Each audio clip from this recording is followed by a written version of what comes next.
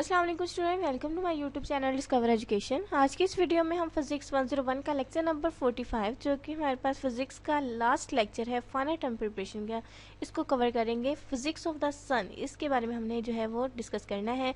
Lecture की तरफ जाने से पहले आपसे रिक्वेस्ट है कि चैनल को लाजमी सब्सक्राइब कर दें, बेल आइकन पर प्रेस करें ताकि आने वाली हर वीडियो का नोटिफिकेशन सबसे पहले आपको मिल सके। स्टूडेंट्स, चैनल को सब्सक्राइब लाजमी कर दिया करें और ऑनलाइन वीडियो को वॉच किया करें, लेक्चर्स को डाउनलोड काइंडली ना किया करें। और इंशाल्लाह कोशिश करूँगी कि इंपॉर्टेंट एमसीक्यूज फाइल्स भी आपको चैनल पर प्रोवाइड करूँ, तो आप लोगों ने जो है वो चैनल को लाजमी इसलिए सब्सक्राइब कर लेना ताकि आपको नोटिफिकेशन मिल सके। चलते हैं लेक्चर की तरफ। सबसे पहले है बेसिक सोलर फैक्ट्स। क्या है? मैस ऑफ द सन, आपने ये याद कर लेने हैं क्योंकि आपके एमसीक्यूज, आपको पता है कि ऑब्जेक्टिव पार्ट ही आप में आएगा, सब्जेक्टिव जो है वो नहीं होगा, तो ये एमसीक्यूज के पॉइंट ऑफ व्यू से इंपॉर्टेंट है।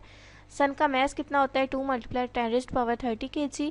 इस तरह डायमीटर ऑफ द सन कितना होता है? 10⁹ अर्थ। एज ऑफ सन कितना है? 4.6 बिलियन ईयर्स। यानी एज ऑफ सन से मुराद है कि जो सूरज है वो कब से है, यानी ज़मीन, आपको हम आगे ये भी पढ़ेंगे कि अर्थ जो है वो कब से है। Rotation period 25 days at equator, 36 at pole surface. Temperature इसका 15 million degree kelvin at core. इस तरह डेंसिटी दी है 8 multiply gold at the core. ठीक है। कंपोजिशन 72% है हाइड्रोजन और 25% हीलियम मौजूद है, रेस्ट इज मैटर्स। कंपोजिशन से मुराद है कि जो सोलर में जो 72% हाइड्रोजन मौजूद होती है और 25% हीलियम होती है।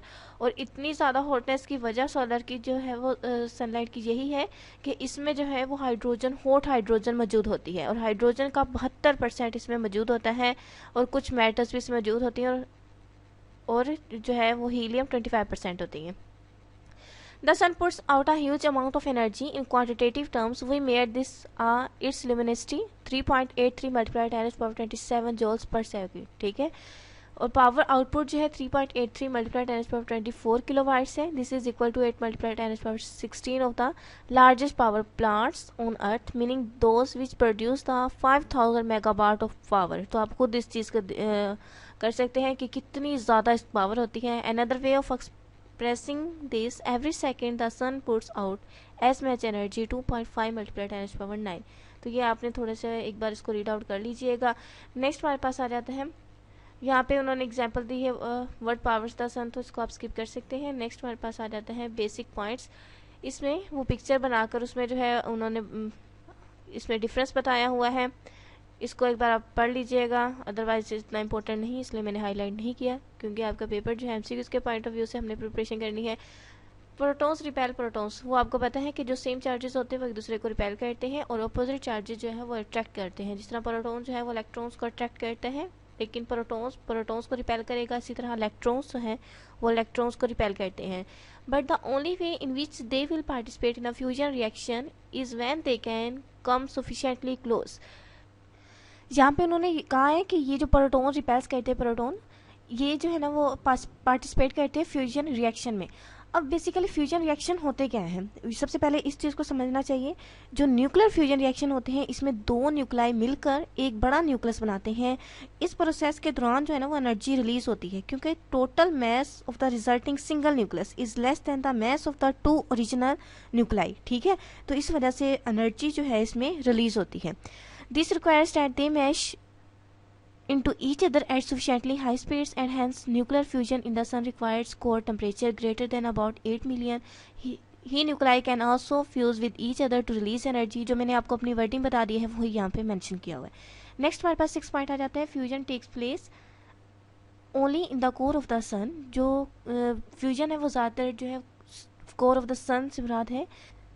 इससे मुराद the central region where nuclear reaction consume hydrogen to form helium, यानी इसमें जो है ना वो न्यूक्लियर रिएक्शंस होते हैं और न्यूक्लियर रिएक्शंस के दौरान जो है consume hydrogen to from helium. ठीक है, हीलियम की फॉर्म में आ जाते हैं और ये रिएक्शंस जो है वो एनर्जी को रिलीज करते हैं। यहाँ पे ये चीज़ें मैंशन है। From the core the heat gets out by the emission of photons, the hot gas then exchanges heat when the sun relatively cooled exterior through convection currents। तो बस आप लोग जो है इसको एक बार पढ़ लीजिएगा, बाकी जो मैंने आपको अपनी वर्डिंग बता दी है वही लिखा हुआ है यहाँ पे। ठीक है, इसके अलावा नेक्स्ट जो है वो यहाँ पे आ जाते हैं हमारे पास, for over 4 billion years the sun has been nearly steady in maintaining its size. It is in the state of equilibrium between two big forces. अब दो बड़ी forces कौन सी हैं जो कि एक्ट करती हैं ऑपोजिटली एक दूसरे के. The hot hydrogen gas seeks to expand outwards, क्योंकि हाइड्रोजन गैस मौजूद होती है सन में जो कि बहुत ज़्यादा गर्म होती है और ये एक्सपैंड कर देती है आउटवर्ड को. But the thermal velocity of hydrogen atoms leads to a pressure directed outwards.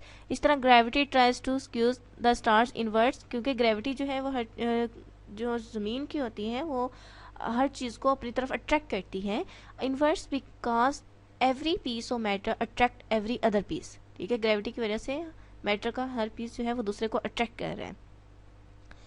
Next point number 8 आ जाते हैं. Equilibrium forces is nearly perfect one but there are small disturbance and these cause earthquake. अब ये जो है वो earthquake की वजह क्या बनती है, तो यहाँ पे ये चीज़ मेंशन है to occur on the surface the study of the surface of the sun and sunquakes is an area is known as. ये आपकी मैंने डेफिनेशन हाईलाइट कर दी है, तो ये आप एक बार देख लीजिएगा कि सन की सरफेस का मुताला और सनक्वेक्स का मुताला जो है वो हेलिस्मोलॉजी कहलाता है. ठीक है, नेक्स्ट जो है पॉइंट नंबर 9 आ जाता है. Let us calculate the surface temperature of a planet circulating the sun. We shall use the Stefan Boltzmann law. ये स्टीफन बोल्ट्जमान लॉ हम लास्ट लेक्चर्स में पढ़ते आए हैं.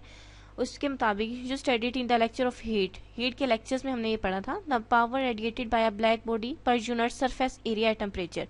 ब्लैक बॉडी रेडिएशंस के बारे में भी हमने पढ़ा था, इसका जिक्र अब नेक्स्ट होगा. चलिए ब्लैक बॉडी रेडिएशंस पे आपको नेक्स्ट पॉइंट में क्लियर करती हूँ, क्योंकि वो पॉइंट सारा इसी की बेस पे है. तो आपने ये क्या रखना है, तो power radiated by black body per unit surface area temperature जो कि T is equal to sigma T4. Thermal equilibrium के लिए we must have all that the power absorb from the sun is radiated by the planet, जिसमें जो है वो sun flux is itself by P is equal to, ये flux को represent करता है, T टेम्परेचर जो है 4 टाइम्स हो रहा है. तो ये हमारे पास जो है आपने इसको अच्छे से करना है. ये आपके एमसीक्यूज में पूछा जा सकता है. Sun flux at its surface, ठीक है, जो कि इक्वल होता है P is equal to flux T4. T यहाँ पे टेम्परेचर है और दूसरा जो है आपको फ्लक्स को रिप्रेजेंट कर रहा है. नेक्स्ट पॉइंट नंबर 9 आ जाता है. इसमें मैंने आपको कहा है कि ब्लैक बॉडी रेडिएशंस का मैं आपको बताऊँ कि ये बेसिकली ब्लैक बॉडी रेडिएशंस होती क्या है. इसमें जो है स्टूडेंट्स ये टर्म यूज़ की जाती है relationship between the object temperature and the wavelength of electromagnetic radiations को डिस्क्राइब करने के लिए. ठीक है, ये सारी चीज़ें हमने पढ़ी हुई हैं. ये आपका पॉइंट नंबर 9 था. हम तो कुछ ज़्यादा ही आगे चले गए हैं. यहाँ पे ये देखिए, आप इसको देख सकते हैं.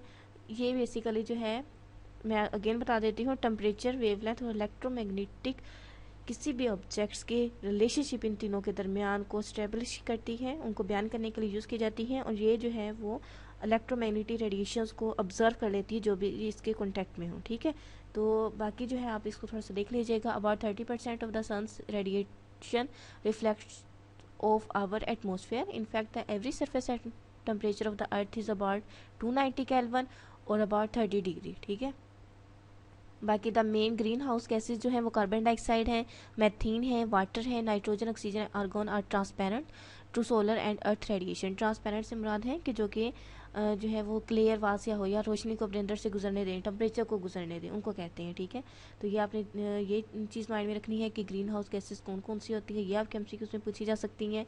इसके अलावा जो है यहाँ पे और तो मुझे कुछ खास एमसीक्यूज़ नज़र नहीं आए, लेकिन अगर आपने एक बार रीड करना हो तो कर लीजिएगा. नेक्स्ट हमारे पास क्वांटम मैकेनिक्स आ जाता है, जो कि हमने पिछले लेक्चर्स में बहुत अच्छे से एक्सप्लेन किया था मैंने आपको. तो अगर आप वही कंसेप्ट क्लियर हैं तो फिर आपको ये नहीं करने की ज़रूरत. नेक्स्ट पॉइंट नंबर 12 आ जाता है, जिसमें जो है वो finally I have some bad news, the sun is going to die because the hydrogen supply is eventually going to run out. क्योंकि हाइड्रोजन जो है सलसल ख़त्म हो रही है, इसीलिए जो है वो सन जो है वो is going to die. There is of course no immediate danger. The sun can last another 5 billion years on core hydrogen fusion. During this time it will consume, यानी कंज्यूम होने की वजह से जो है वो सन will be die. ठीक है, तो ये आपके नॉलेज के लिए है, बाकी इसको आपने देख लेना हो देख लीजिएगा. नेक्स्ट आपने पॉइंट नंबर 14 है, यहाँ से एमसीक्यूज बन सकता है. As remarked earlier, helium can also burn to produce carbon. Helium जो है अगर हम हीलियम को बर्न करें तो वो कार्बन को प्रोड्यूस करती है, but it needs a much higher temperature. लेकिन इस बहुत ज़्यादा टेम्परेचर की ज़रूरत होती है हीलियम को जलाने के लिए. Eventually even the helium will be depleted and the reaction rate will fall, ठीक है। Again the small reaction rate means that the core will shrink and heat up to the point that it crosses the carbon fusion threshold of 600 million kelvin. तो ये जो मैंने highlight किया इसमें से जो है वो MCQs आने के चांस है कि अगर हीलियम को बर्न किया जाता है तो कार्बन प्रोड्यूस होती है और हीलियम को बहुत ज़्यादा टेम्परेचर जो है हम कर सकते हैं बर्न, ठीक है। नेक्स्ट ये हमारे पास जो है वो आज आपकी कंप्लीट हो गए हैं। फाइनल टर्म्स का जो सिलेबस था 23 से 45 तक था। आई होप आपको वीडियोस पसंद आई होंगी। तो मोर लेक्चर्स के लिए चैनल को लाजमी सब्सक्राइब कर लें। अगर ऑनलाइन क्लासेस को ज्वाइन करना चाहते हैं तो आप मेरे व्हाट्सएप ग्रुप को ज्वाइन कर सकते हैं फाइल्स के लिए। तो मिलते हैं नेक्स्ट किसी और लेक्चर्स की वीडियो में इंशाल्लाह। तब तक मुझे दीजिए इजाज़त। अल्लाह हाफिज़।